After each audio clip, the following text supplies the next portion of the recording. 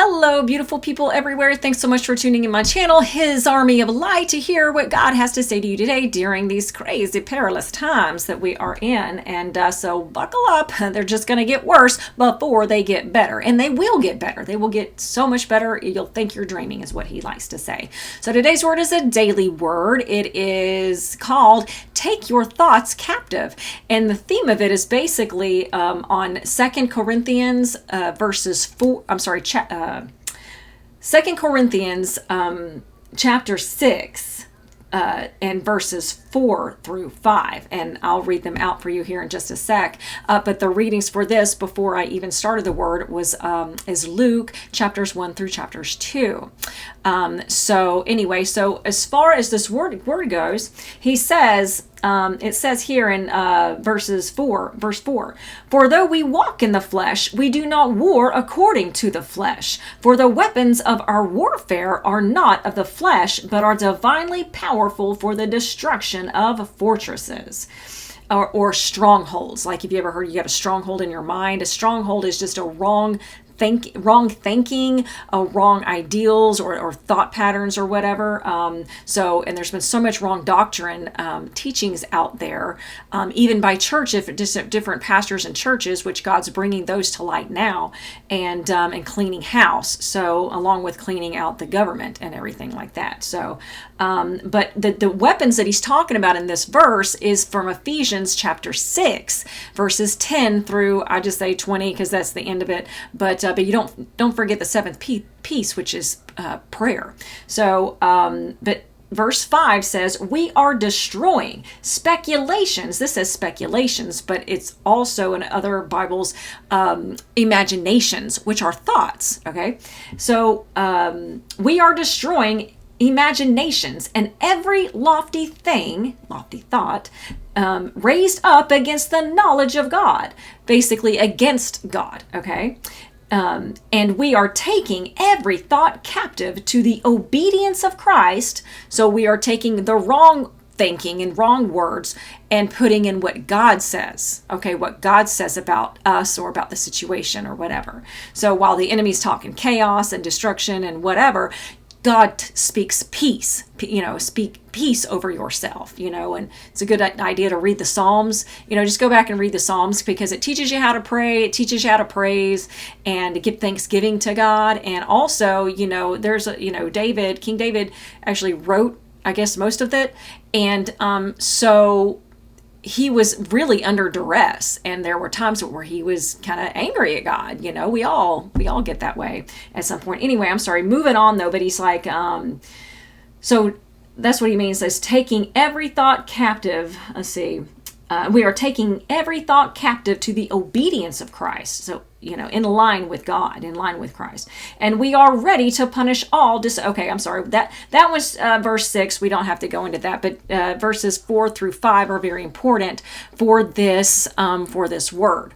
So I'm going to go ahead and get into it. I did not research the verses that might pop up in this word. Again, I'm kind of pressed for time, so I'm trying to get these out.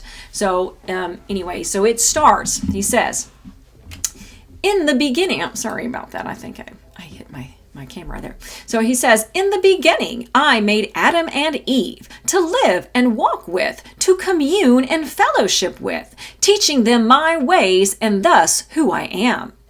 I was their father and their friend, and nothing was hidden from them except the concept of evil, which is opposite of me. They had no need to know, for they had me, everything they needed. That's why he's also called the great I am. He is everything that we need, everything. And he supplies all of our needs. So he says, they lacked nothing. Then along comes the serpent with plans to usurp man's dominion of the earth and all it contains, to do with as he wants. In his cunningness and greed, he spoke to Eve in a way that let her imagination, her thoughts, go to places that were against me and my ways. And instead, because, she thought it was pretty and she wanted to eat it because it looked so good, and of course she had the devil basically kind of on her shoulder speaking to her, and making her doubt God's word, which basically got to the pride in her. Pride is the number one sin. Okay, it was the first sin, and it's the sin that leads into all other sins, he has said before. So anyway, moving on. He says, and instead of, let's see here. Okay, so instead of taking captive and a hold of that thought, bringing it into an alignment with mine, she fed it and let it become a part of her, which became doubt, which turned into fear. Like, oh, God's hiding something? What is it that he doesn't want me to know? And it was for, obviously, her own good, okay, and all of us. So when he says, in the fear, which turned into pride, which took over her, and she sinned by being disobedient. But the curse, which is death, because the penalty for sin is death, and all sin is death, destruction that leads to death. Okay, so that's what he's saying here. He says, but the curse, death, didn't overcome them, at least, when she ate of it, because she was not given the dominion to rule. Adam was, because he was made in exactly my image. Eve I formed from Adam, so she is a part of him. But I made Adam from the dust and clay of the earth, exactly what he was to rule and reign over. That's why we have a connection to the earth. At least most of us do. And he says, it doesn't mean that I don't love my daughters any less. It just means that it just means just as I, the Father, are the creator of all, so I made man, Adam, in my image in every way to be over all of the earth, and Jesus to be the head, the leader of the church. We, as believers, when you become a believer, you become part of his church, which he also calls the body, the body of Christ, because he is the head. And, again, I can't remember where you find it, either 1st or 2nd Corinthians, somewhere. So anyway, he says, I made woman to be co-heirs with Jesus and man, as she is a part of man. But there can be only one head, leader. That doesn't mean the man, the leader, any leader should be a tyrant. I made man to partner with and protect women, as she is his complement, his companion, not a slave or punching bag. She is my special creation, giver of life, both physically and emotionally, and a nurturer. All are equal in my eyes, as each and every single one of you is my masterpiece, my most special creation. All are different, and each has a place in my kingdom, there on earth as well as in heaven. Each of you are supposed to work together, using your unique gifts and talents to help one another to get the job done.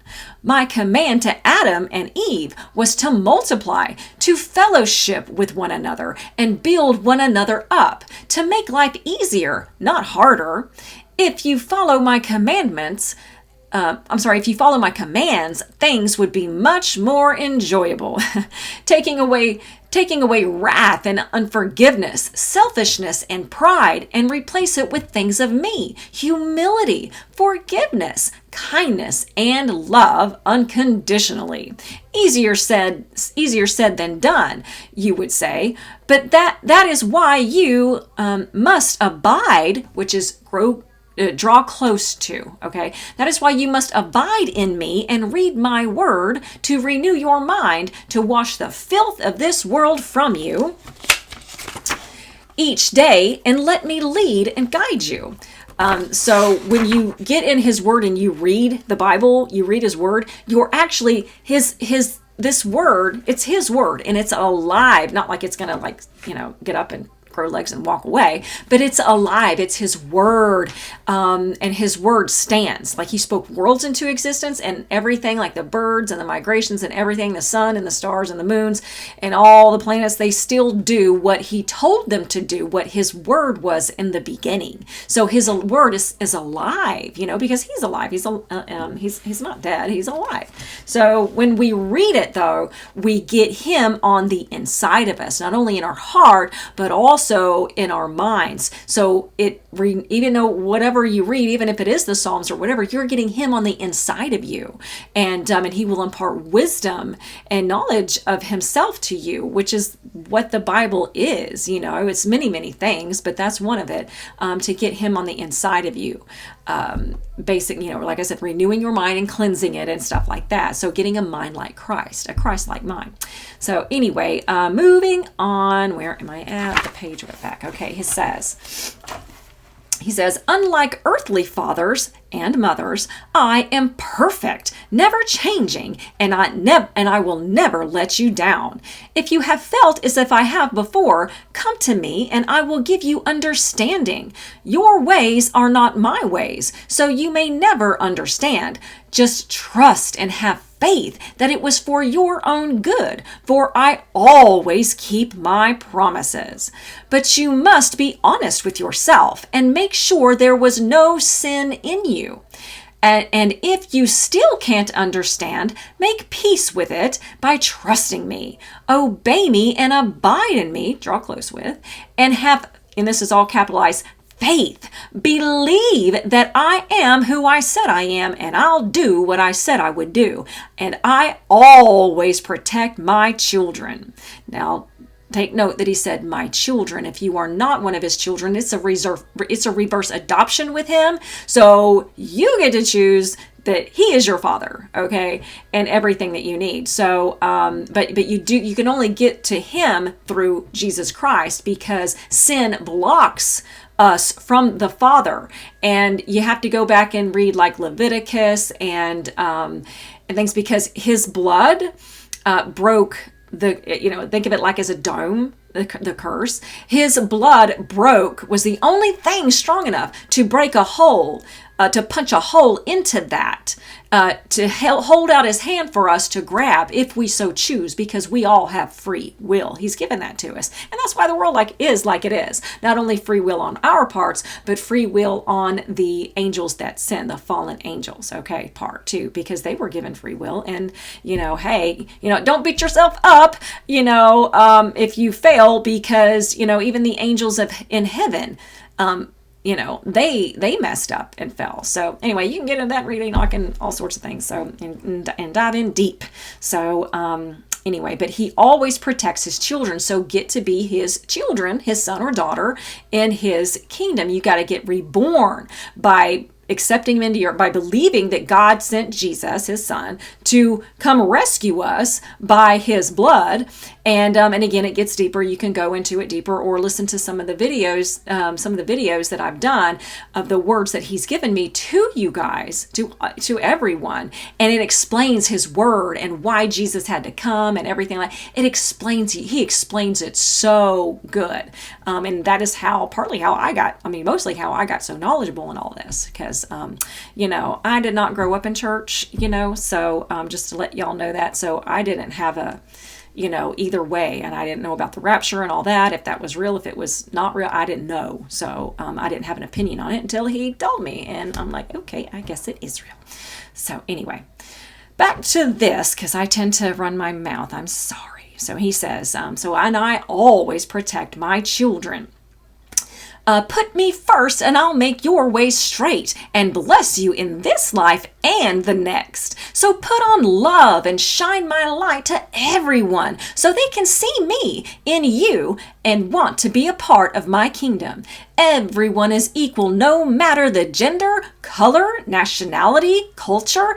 Everyone is welcome because I shed my blood to save anyone and everyone from the bondages of sin and death eternal, which is hell, to be with me for eternity. let's see here, to those that just believe. So you have to believe, you have to accept him in your heart, you have to believe. It's like a crazy, cheesy Christmas movie, you have to believe in order to make it into, to make it real, because I love you that much that he sent his only son. So get with him, and you can look up salvation prayers if you haven't done that. If you haven't gotten with him, look up salvation prayers. It's all about confession, and you do it with your words, because when words have a power, and when you speak them, you're speaking it out into the atmosphere. So you're telling all the spirits that are good out there, but you're also telling all the spirits bad out there that, hey, I belong to God now. Okay, so that is the reason for that. But yeah, check it out and get protected from what is coming, because you don't want to be here you don't want to be not under his umbrella of protection. So, and with that, until next time, God bless.